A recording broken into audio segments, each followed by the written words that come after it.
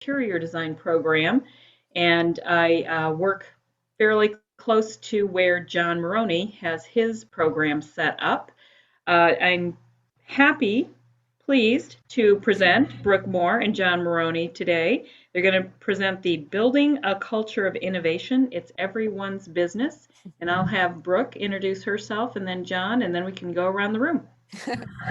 My name is Brooke Moore. I work as the coordinator of innovative initiatives in EIO, or extended in international operations in the long version. I also work for the doctorate in community college leadership program as the Texas program director. Welcome, everybody. Yeah, I'm John Moroney. I'm a faculty with KCAD, and I also work with Brooke on the innovation team and manage the innovation hub with KCAD. Lee, you might have to call people's names. Yeah. How about Catherine? I was going to say I don't want everyone to jump in at once. So Catherine, you're first on my little list of people. So. All right, I'm number one. Yes. My name's Catherine Belkowski. I'm the outreach coordinator and business advisor in Metro Detroit. Yay. Welcome. Kimberly? Thank you.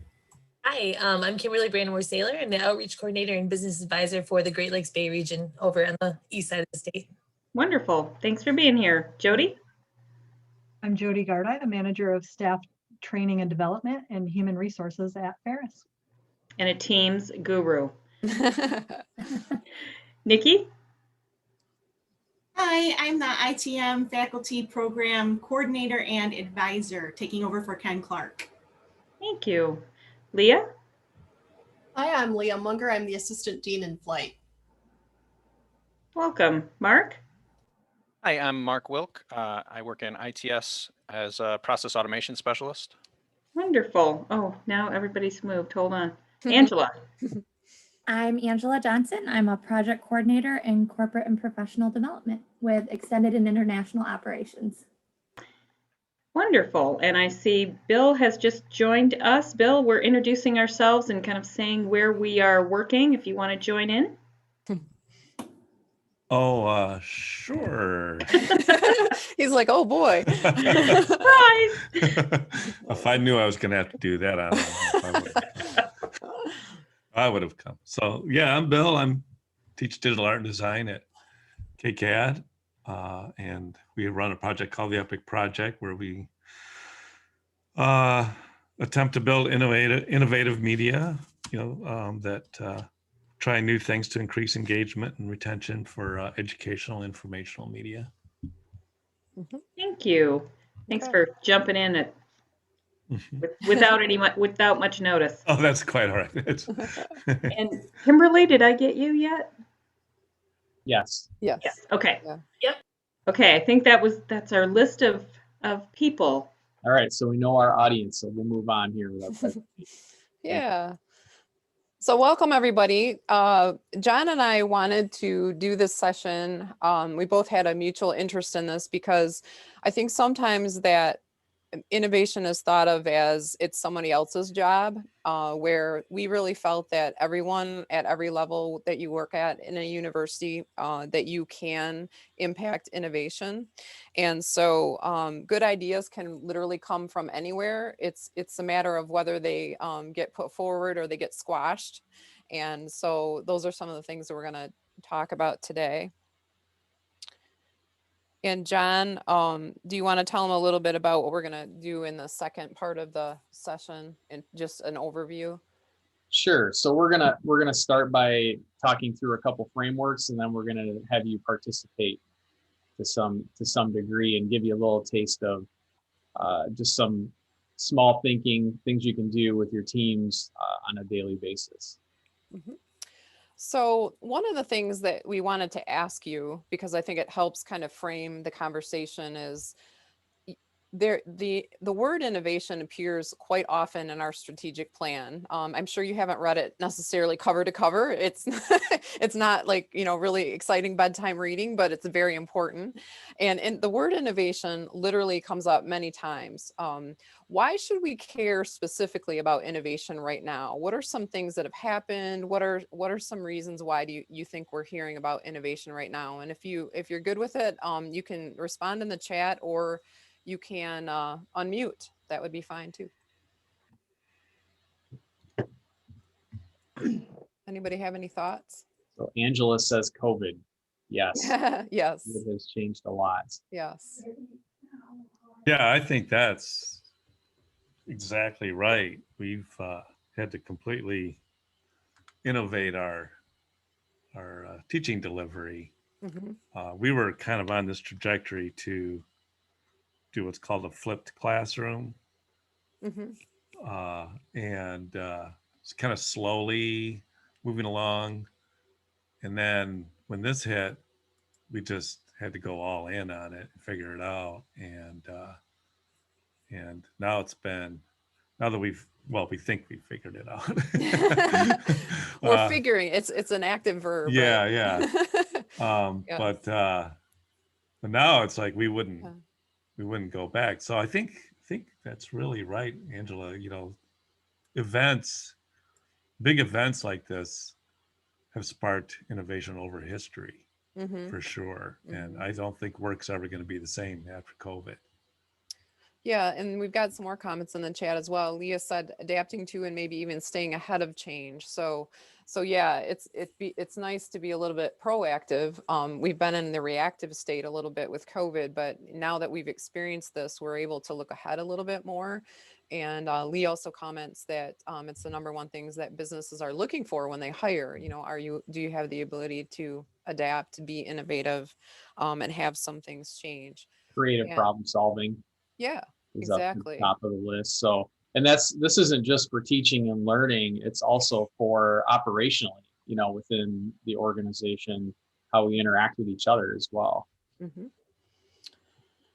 Yeah, and so when John and I were kind of brainstorming, you know, some of the things that we're seeing, go ahead, John, if you want to talk about some of these things on the slide. Oh, sure. I mean, these are problems that all of you probably seen before, but you know, we've got hyper competitive markets right now, decreased enrollment. Every institution's rethinking how they are targeting and recruiting students. We've got a huge shift in technology use, as Bill mentioned, that was kind of kicked into high gear.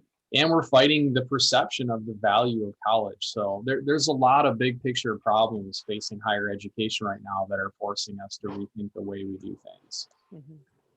Definitely. And I think that it's interesting how the work that we do, that we've done in response to COVID and the things that have happened, definitely have pushed the envelope of innovation. And I don't know if you remember, but if you went through the registration portal and registered for Hatched, we asked a question, what is innovation to you? And this Wordle is a combination of everything that everyone said in response to that question. And if you've used a Wordle before, you know that the bigger words are the words that were used the most. So obviously you can see that innovation pops out, creativity, creating. There's a lot of creative, all the different variations of creative are up there. So you can see that although people had differences in how they saw innovation, there are definitely some themes that come out as you take a look at that. So I want you to think about, you know, maybe in one word, what you would think about in terms of innovation. If you had to pick one word, you know, what would that word be? And kind of hold that in your head. And John's going to kind of show us a little bit of a tour of the definition of innovation. Well, you can Google search innovation definition and come up with all different, you know, variations, but they all say something similar here. The Dr. Ken Hudson innovation is the creation, development, or implementation of a new product or process or service, you know, aiming at improving efficiency, effectiveness. I mean, that's a mouthful, right? And, you know, I think maybe one of the key words in there that people tend to latch onto is new, like a new thing, a new way of doing something.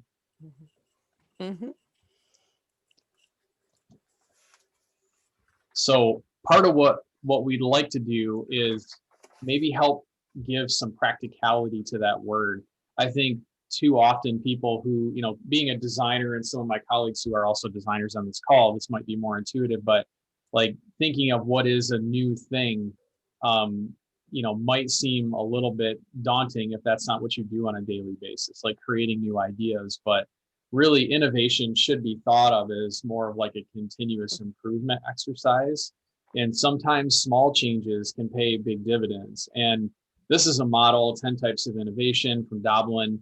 And they do a really nice job just explaining that, companies need to think about innovation in small incremental adjustments to a much bigger ecosystem around their organization. So there are three main categories you can think of. Innovating the way a business is configured. You can obviously think about new ways or new things in your product offering. And you can also think about ways to innovate the experience of interacting with your product, service, organization. And then further, these categories are kind of broken down into 10 different areas. And so, when you think about continuous improvement of, say, Ferris as an organization or our educational programs, you could think about ways to improve any number of these areas. And I think, as a product designer, I'm always quick to jump to, product performance or product system. How do I make something new, something that does something differently or solves a problem that hasn't been solved? Or how do I add other pieces to the system? But you can add value and solve problems also by thinking about customer engagement and what that service model looks like, or how you make money as an organization, or the process by which you develop and deploy whatever products or services that you have. So we want to expand your perspective around what innovation is and get away from the idea that it's, some kind of a silver bullet magic new thing that you have to create from scratch, because it isn't. It's thinking about incremental improvements and ways to continuously improve what you have. Yeah, and I think John really touches well on the fact that I think innovation sometimes is very scary for people because they look at it as this daunting thing. I have to create something from scratch, and it's that can be very difficult. But sometimes it's improvement, as he mentioned, and I think that's a really important point to remember for sure. So as we kind of move through this presentation, one of the things that we wanted to do is talk a little bit about culture and a little bit about process. And the culture of how your organization embraces or doesn't embrace innovation can generally be seen through the culture. So I'm going to ask you for a moment to think about a time where you wanted to do something and someone said something back to you that was not exactly what I would call encouraging. So can you give me some phrases either out loud or in chat of what are some things that people told you that discouraged you from doing whatever it was that you were trying to do? Can you talk to me about that?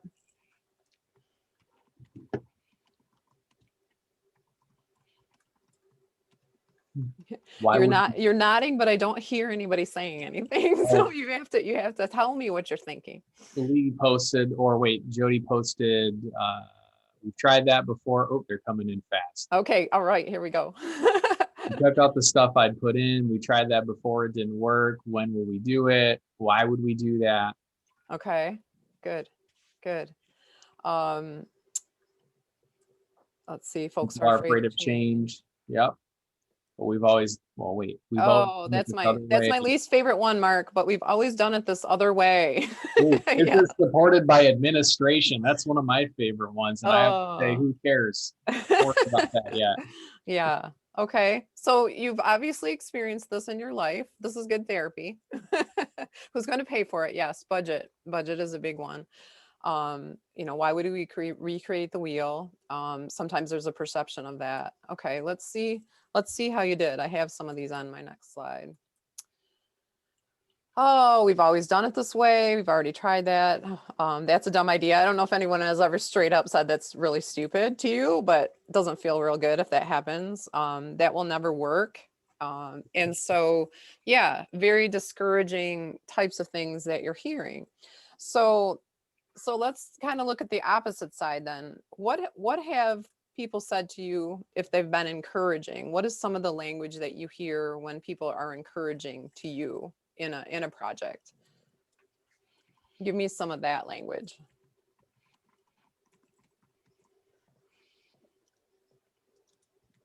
Tell me more. Yes. Encouraging. What's in it for me? Yes. That sounds easy enough. Yep. Yep. Okay. And sometimes, yeah, let's do it. I like the sounds of that. Can you tell me more? I've never thought of it that or doing it that way. You know, we tried that once before, but maybe we could try it again, you know, those kinds of things. Absolutely. And so as we rewrite history here, this is what we'd like to see. And your faces are on my words. So why do you think this might work now? How would you make it? How would you change it to make it better? What do you think? And, you know, it's so much more encouraging to hear words like that. A lot of times there isn't really anything that's going to hurt you by trying something, even if it's at a small scale. So the reason I tell you this is because sometimes you have to check yourself, right? So if you've done your job for a while and someone comes on and says, you know, I'd really like to try this idea, you know, you may have a tendency to say, we did that last year, or we already tried that and it didn't work, instead of engaging and listening and trying to hear someone. So know that you do not have to be you know, a dean or a VP to discourage innovation. It happens at every level. If you're using some of those types of phrases and words, then you are actually part of the issue in terms of moving innovation forward. So when you want to say something like, you know, we've already done that, just try to check yourself and go, okay, wait a minute, let's back up. Maybe I can say, can you tell me more? Maybe I can say, maybe your take is a little different. Let's hear what you have to say. So those are all really, really good things that we can do to kind of take a step back and maybe encourage innovation no matter where we are. So thank you for your ideas on those. You had some really good ones I hadn't thought of. Okay. So I think in order to change the way that we act, we have to change the way we think about innovation, right? And so we introduced the 10 types of innovation framework. We're going to talk about a couple more here. And for our designer friends in the audience, you know, the design thinking process, obviously, you know, and human-centered design lenses. But these are tools that are useful at any part in the organization, not just when you're talking specifically about design. And so kind of building on the theme of like simple things you can do in a culture to make this shift, let's take a look at the thought process behind developing new ideas first. Mm-hmm. Go ahead and switch. So design thinking, you'll find, if you, again, Google this, there's a whole slew of different, you know, variations on this graphic, and they all basically say the same thing. They've got a process that kind of starts with understanding the people that you are solving the problem for, trying to define, you know, through that lens of empathy, defining what problems you're solving for them, exploring different solutions that might work to solve the problem, maybe prototyping something at a small scale and testing it with that audience. But what you notice is that it's a non-linear process. So at every step, you may take a step back. And the important part about that thought process is it isn't about landing on an idea and riding it all the way to the end and finding out if it's effective or not. And once you realize that it's a flexible process that allows you to step back whenever you get a little information that might challenge what you think you know, you get a little less fixated on whether or not you have the right idea to start, and a little more confident in the process that eventually you will get to the right idea, whatever that may look like. And so, you know, this type of thought process, it's iterative, you know, it requires a lot of testing and learning, revising ideas as a team. That helps people act quickly and kind of minimize, Brooke mentioned this before, like minimize the investment of time and money that it takes to learn if an idea is going to be useful or effective. It supports a culture of failing fast, failing forward, all those phrases that we like to throw around. And it makes people more comfortable taking risks, because you know what to do if something doesn't work. You always have the opportunity to take a step back, reevaluate, and move forward again. So this is an interesting process and framework that, you know, any team can use when they're developing and launching a new idea. On the next slide, We've got the three lenses of human-centered design. This is developed by IDEO, one of probably the more well-known design firms in the world. And what they advocate for here is very simple. Oh, this is an old version, sorry. What they advocate for here is very simple. When you develop an idea, you should be thinking about it from three different perspectives. The first is the desirability. So the constituents or the stakeholders that are going to participate or benefit from the idea, are they going to like it? Does it solve a problem for them? Are they going to use it, right? Feasibility speaks to your ability as a team or an organization to use the resources you have to deploy the idea or implement in some way. And then viability, thinks about how an organization can sustain the idea and support it financially over time. So, any good idea they advocate needs to be viewed through these three lenses. And when you do so, it forces you to constantly revise and change the idea before everything feels like it's well balanced. And so it prompts lots of great conversation among teams. It inspires interdisciplinary team thinking, and everything isn't always about money. Everything isn't always about resource use or, the people that you're solving the problem for. So it's about balanced thinking. Absolutely. So we thought that we might give you an opportunity to try this, and we actually identified something that we thought everyone would have something in common with, and I'll let John talk a little bit about this part. Yeah, so keeping with our theme here of simple things and small things you can do in culture to inspire creative thinking and teamwork, we're going to do this little exercise, and we've identified a problem here that I think most everyone has come in contact with or heard about, and that's students mental health and being separated from each other on campus and kind of lacking some of that camaraderie and connection that they all desire. And so we're gonna do a little exercise around developing ideas that solve the problem of creating opportunities for students to stay connected during the pandemic, when most interaction is done virtually, and large gatherings are limited and things. So I think we could probably just do this keeping everybody in the same group, Brooke. Yeah, I think so too. I think so too. Yeah. Okay. So we're going to go through the process of doing a little team brainstorming. This sort of democratizes idea exploration and brainstorming a little bit, and it's a great tool to use in any kind of team session where you're trying to think of new ideas. So we're going to spend just 1 minute and have everybody think and maybe jot down ways that you could solve that problem or create experiences to keep students connected during the pandemic. And then we're going to have everybody share. We're going to gather those on one document, and then we're going to work as a team to talk through and select maybe our top 3 ideas. We'll do a little voting and talk about what you would do after this exercise. So if it's okay, I'm going to take off. Is it all right if I get out of this so we can yes. see each other? Okay. Yeah. All right. Awesome. All right. And then Brooke, are you going to type in to the document when people share? Yeah, I will. Okay. Yeah. So I figure we can, yeah, it's a short answer. Okay.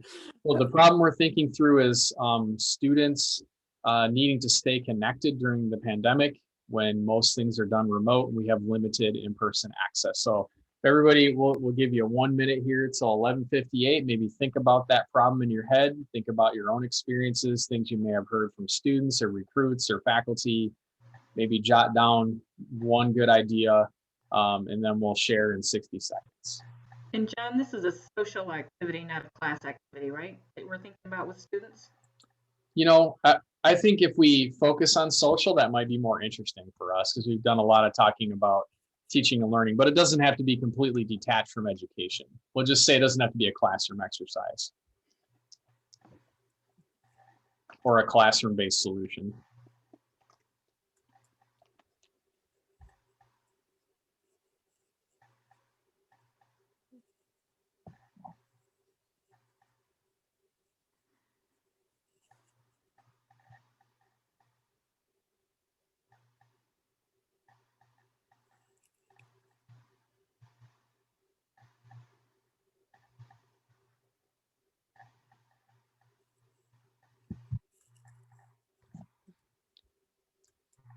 All right, everybody got one good idea?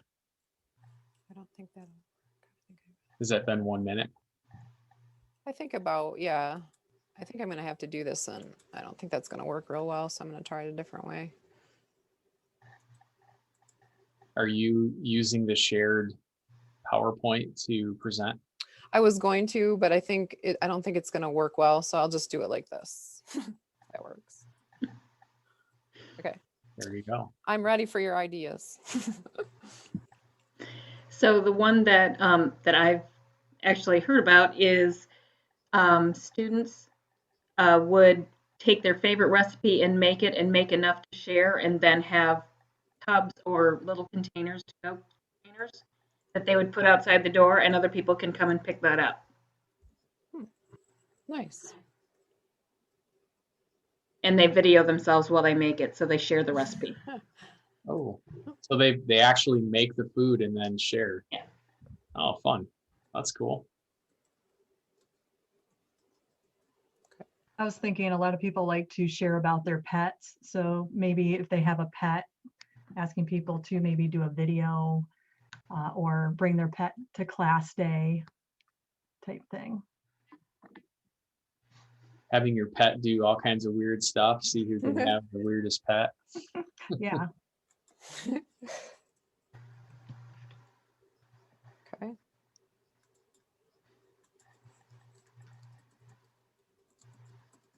Well, I was unable to come up with anything because I feel like we haven't defined the problem Okay, that's fair. correctly, because not all of our students want to engage on campus the same way. Mhm. We have extroverts who would love these things. We have introverts who want a different kind of engagement that's maybe more much smaller groups and one-on-one. And then we have introverts that really just don't want to, are perfectly happy to just go to class online and leave. And then we have some that want to mix. So I don't know if we've defined, we've put everybody into one bucket. And Let's assume that we're talking about students that want to stay connected socially. So we're talking about that bucket. Yep. And have we defined what socially means? Just stay connected to each other in some way. We left it loose. In any way at all. Okay. Yeah, we left that it seems loose. That seems rather broad. It seems like you would want to break that down into smaller categories. Yeah, and I hear what big you're events, saying. Yeah. One-on-one events, keep in mind, Bill, that we're thing. brainstorming, so we're just kind of like throwing everything out there, and then I think what will happen after we brainstorm is there may be that we pick 3 different things that are addressed for those 3 groups that you just talked about. So the people that want to be in a big group, the people that want to be, you know what I'm saying? Well, I would say there is a fair amount of interest in social justice issues of all kinds. Okay. So those kind of, LGBTQ and Black Lives and all that sort of thing, Okay. So there's like always students are interested groups, in or... engaging in those. Okay. And they find that, and for them, that's also entertaining, Mm-hmm. I mean, it's what we do. I was in one of these sessions a few weeks ago around anyways, I went to a high school that was all white, 100%. It's a classic 1960s white flight school. And I went to college, and that's where I met Black people, Middle Eastern people, Asian people. And to me, that was super entertaining and super fun to be able to meet, all these different kinds of people, So I don't think that that's social justice or mm-hmm. meeting people from other ethnicities and that sort of thing are necessarily always work. You know, I mean, that's a really cool, fun thing to do. Okay. And Good Brooke, idea. are you watching the chat? Is that I just started looking at, Okay. yes. Huh. I was going to add to the list and piggybacking off of Bill's interest groups. I envisioned everybody at home stuck at their computer, pandemic quarantine. And I think with the increase in the depression and all the mental health issues right now and anxieties, isolation, I was just thinking of having some kind of, whether it's a blog or Facebook I see, or somewhere, or even in the discussion board in the class, just having the students go out and take a walk, take a picture, share and post your picture. Like, where are you? What are you doing? What's going on? Could be with family, could be whatever. Just like there's a world outside of your four walls. You know, you do school or work and all that all day long, trying to get them away from that, because that's where all that depression can really sink in when you don't get out of there, as we all know, since we work from home. So, or have. So that was my thought, other than the interest groups, because I had that too, what Bill was saying, but just somewhere to get out and then come back and share it together. That's great. Yeah. Go ahead, John. I'm sorry. I was just going to say it's a great idea. Yeah, I like that, you know, Bill brought up the fact of, you know, some people are introverts or extroverts. So I think a solution, any solution that we have in terms of being connected has to keep in mind how the person wants to interact. So I like the idea of a blog or a discussion board, because that doesn't necessarily mean that they have to verbally interact with someone, but some people really like to write and they express themselves better in writing. So that's a way that could happen. So I think that's good. And don't forget, on discussion boards and even blogs, they can do a phone video, a minute phone video if that's their preference, and still post it. Right. So you've got some variety that you can make happen within that. So that's good. So we're trying to model some good behaviors here and encourage ideas and encourage the expansion of ideas. What who else had some good ideas? I saw a few folks starting to talk. I think Nikki got an idea. Well, mine goes along probably more with the extroverts. I thought of a virtual trivia or virtual game night idea. And then in terms of more academics, in one of my classes, I have discussion boards that the students need to post weekly progress on a project. But in addition to that, they also need to post a comment, constructive, thoughtful comment on somebody else's post. So I don't know if there's a way, I'm sure there's a way to make that more social as well. But those were two ideas that I had. Interesting. Those are great. The comment, Brooke, that you have there on the private Facebook group, I believe, if I'm not mistaken, that was like the relative to like a specific academic program, if I read yeah, which I think is an interesting part to add, because it does kind of create a little bit of a cohort type feeling, and maybe opens up some avenues for people to discuss homework and you know, different things like that.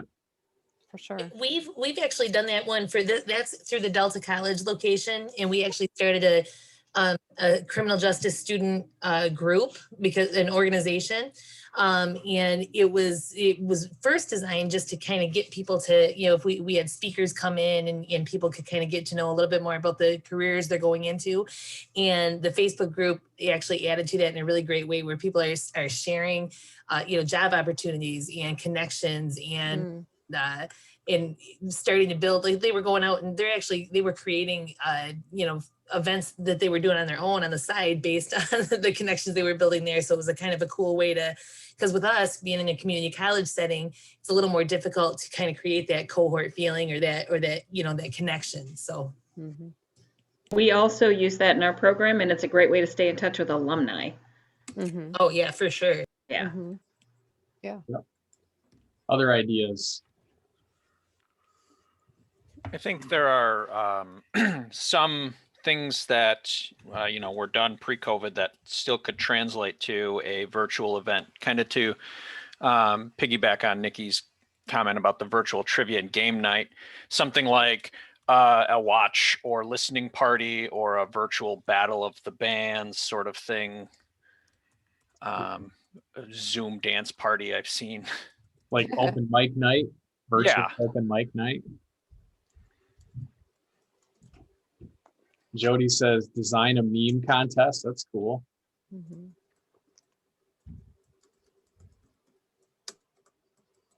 Mine was Um, somewhat similar to Mark and Nikki's, but it was more generalized, like virtual coffee chat. I've actually done that with some people in the past who I'm not able to see, and I don't know if it need to be done by like group, but it is nice to be able to just grab your cup of coffee in the morning and have a virtual discussion with a bunch of people who are in your same area.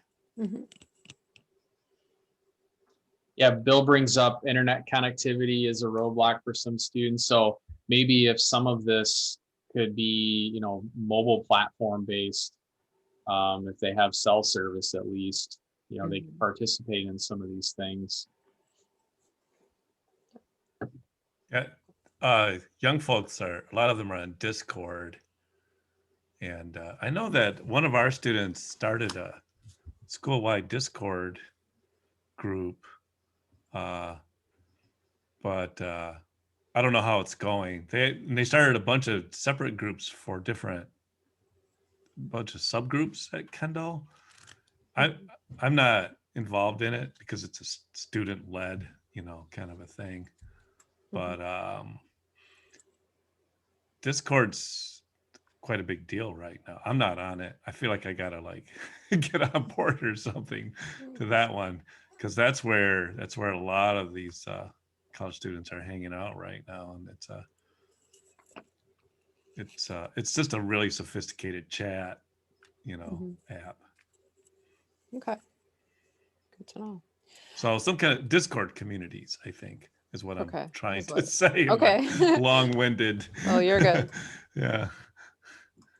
John, do you want to move on to our next step with this now? Yeah. So this kind of activity, obviously we could go on forever, and we've done design charrettes and had teams break up for 15 minutes and, you know, prioritize. So you could do this in smaller groups, and then as a group, we may ask you to come back and say, you know, present your top 3 ideas after you have a chance to discuss and deliberate. And there's certainly more depth to brainstorming than this. We just wanted to give everyone a little taste of, you know, what it feels like to get some ideas out there. And so the next thing we would want to do here is, as a group, Brooke, if you could make that a numbered list of ideas, and then throw up a poll real quick.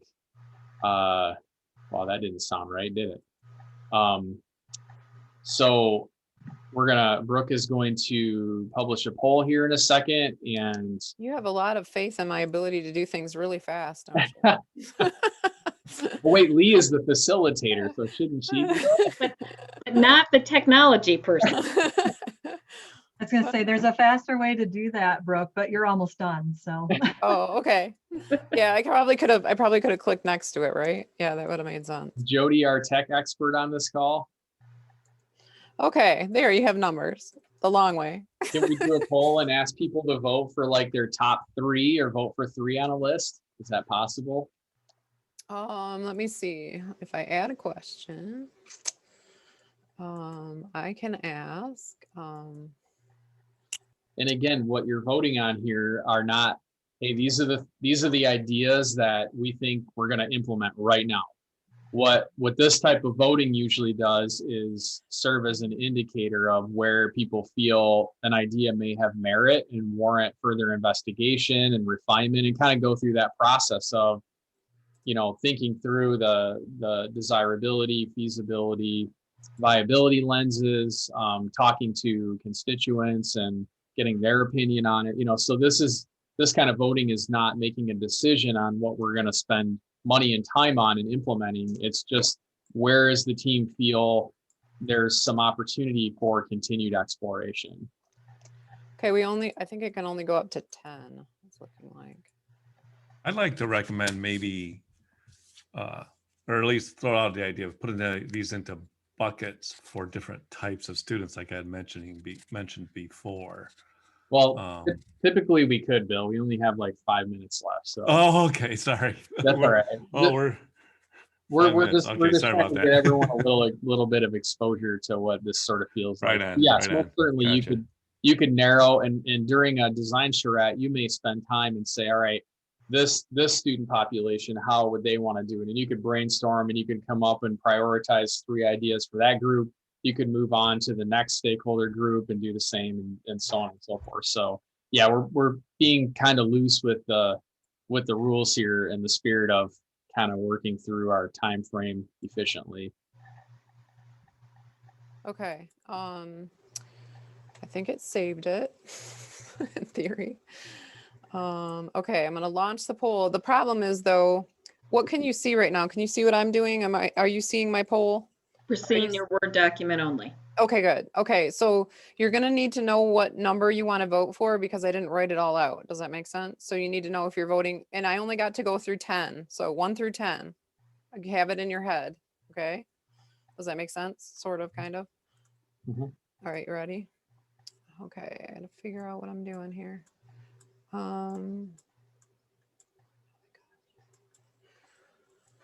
Okay, how do I launch this thing? I know, seriously. Okay, here we go. Okay, should be able to see it now.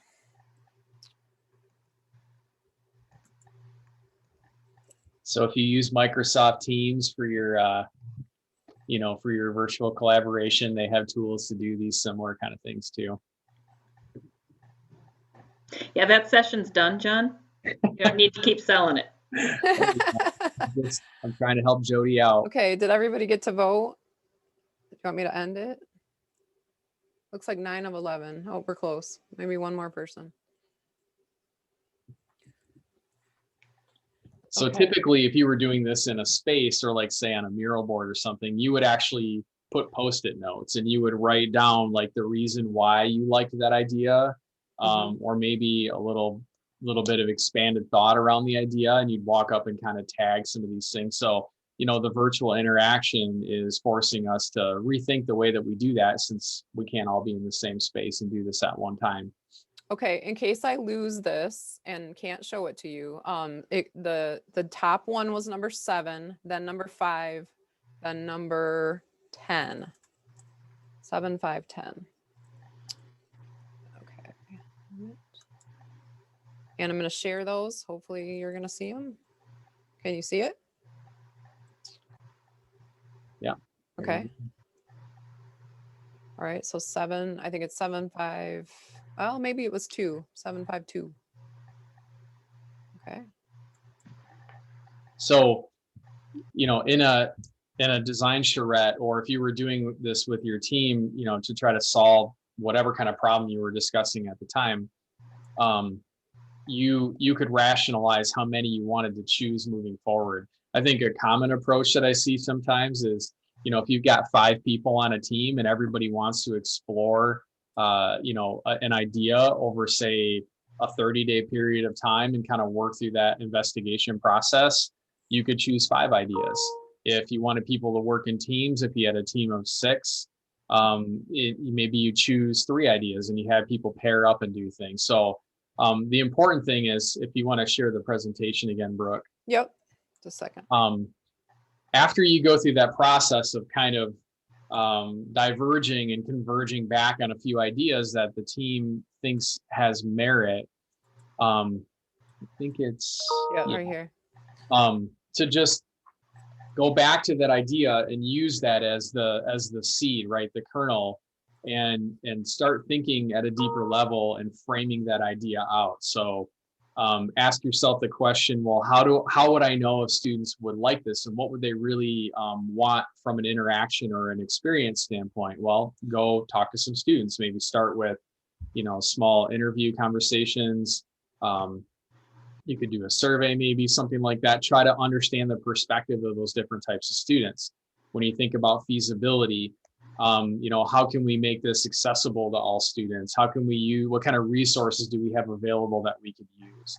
When you think about financial implications, so you start to like frame the idea out, and talk to those stakeholders, understand how they would influence, how they view the ideas, define the specific problems you'll be solving more tightly, as Bill indicated, Think about the feasibility, the financial viability, things like that, and get out there. And the more you share the idea, the more it starts to take shape, and you revise and try to validate that over and over again with stakeholders. And so each one of those 3 ideas that we chose could go down that path. And then at some point we come back together as a group and share what we've learned. Maybe there's periodic updates, right? And so the point of all of this thinking is just to encourage that, just to kind of tie a bow around some of this stuff. A cultural change to embrace innovation isn't about shifting everybody's perspective to, creating the next magic potion or silver bullet or something that's going to, drastically disrupt everything. It's incremental improvement in thinking, and a process way of thinking about developing new ideas and thinking through them in all those different lenses, and doing that as a group and learning together and sharing and revising and validating until you get to the point where you feel like you have something that you could share or that you could test at a small scale and find out if you're right. But it's really a process of confidence building and involving everybody, from start to finish. Yeah, and I think a key component of that is being curious. Like when I think it was Kimberly brought up the Facebook group, and it was in the chat, and someone said, "Oh, that's around an academic program." And so someone asked, "So tell us how that works." And so she was able to define that more. At face value, you might say, "I don't like that idea," but you may not understand it. And so bringing a sense of curiosity to the table, I think, is important, because we can immediately, put that defensiveness up and be like, "Oh, I don't think that's a good idea," without even really taking the time to listen. So I think a key component of being able to move innovation work forward is being able to be curious and be interested in what someone's trying to tell you. It doesn't necessarily mean you have to agree with it, but it does help if you understand it, for sure. Can I just butt in right here and Absolutely. say, in the last few minutes that we have, maybe you want to open it for questions and answers so we can keep everybody on time? Yep, absolutely.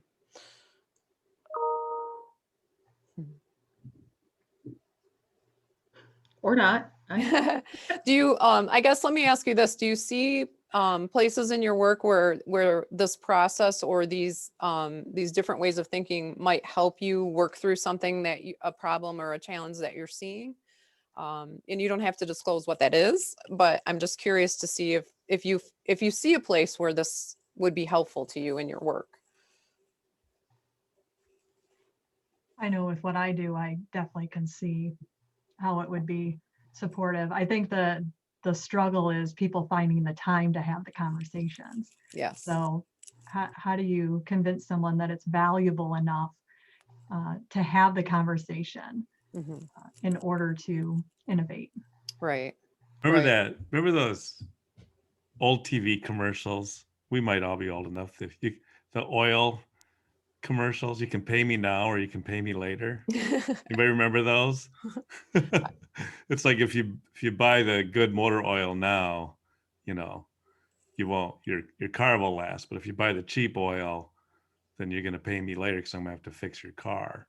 Yeah. And I think that's the value proposition. It's like, let's try to, how much is it worth to try to get things closer to right from the beginning, so we're not redoing, reworking, changing direction. I mean, every hour you spend doing something like this could save weeks, months, and even years, later. Yeah, and I think John's point to, defining what you're trying to solve. I mean, what value do you put on students having good mental health or staying connected? I mean, that's a hard monetary value to have, but it's definitely something that is important. And so being able to tackle a problem like that, it's finding a way to make people understand that this is valuable time. This is where we should be spending our time, is on this particular problem right now. And I think that it's interesting because all of us in this room come from different backgrounds, but look at all the different ideas we were able to generate just in a makeshift kind of way. It's neat to see ideas that I wouldn't have I wouldn't have come up with made the list. So that's the value of being able to let people just express what it is that they are trying, trying to solve. So we bring our strengths to the table, and then this is what we get. We get some really cool stuff. So Right. To Bill's point, some problems are so important that you can't ignore them, and it'll hurt later, if you don't address them.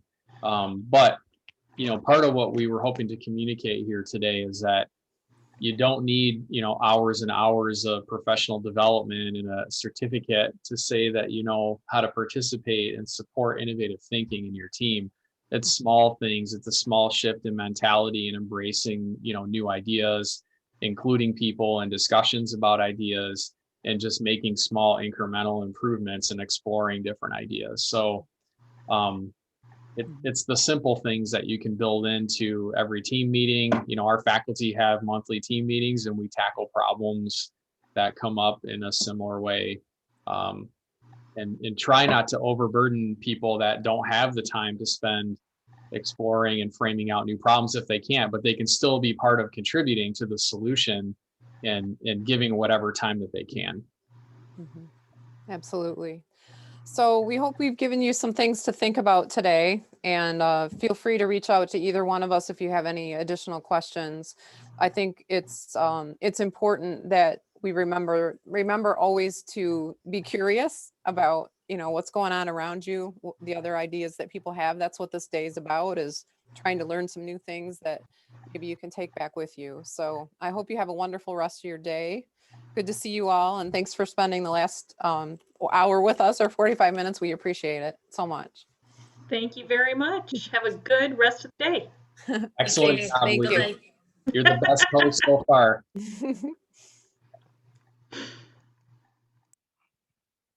Right, so our next presenters, who needs to be set as the co-host for this next session? Is that you, Julie, or? Allison, actually. Allison, okay. Thanks. Hey, everybody. It won't let me set her as a co-host, Brooke, so you're gonna have to do that.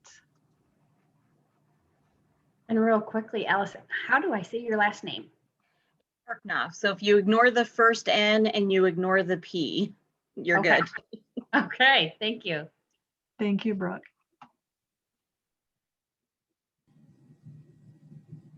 I'm gonna step away for just a moment. I will be back.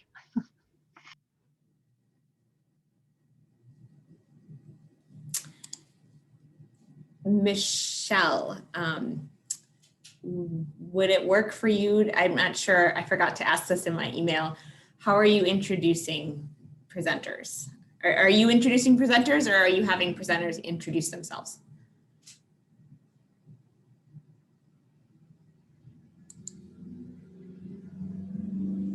Okay, so we have a script.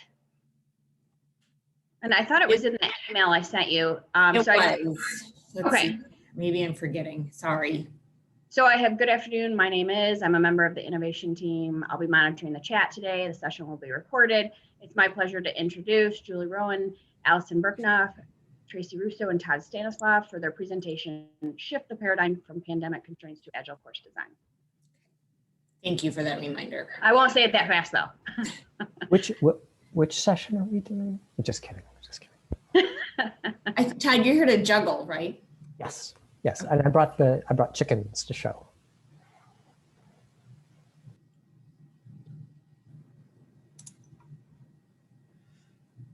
I know there's quite a few other sessions at this hour. Bye, Brooke.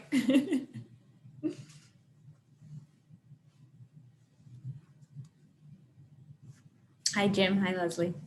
Nice to see you both. Hi.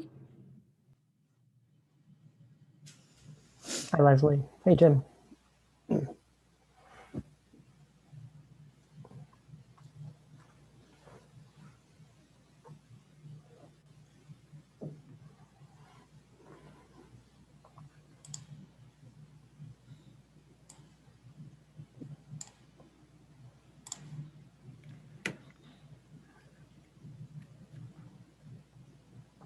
Hey, Greg.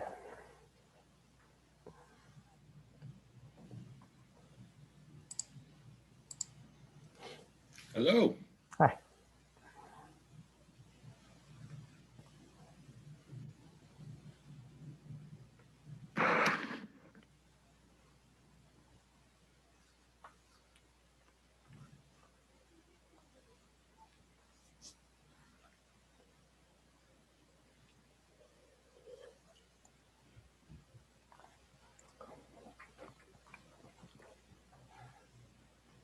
John.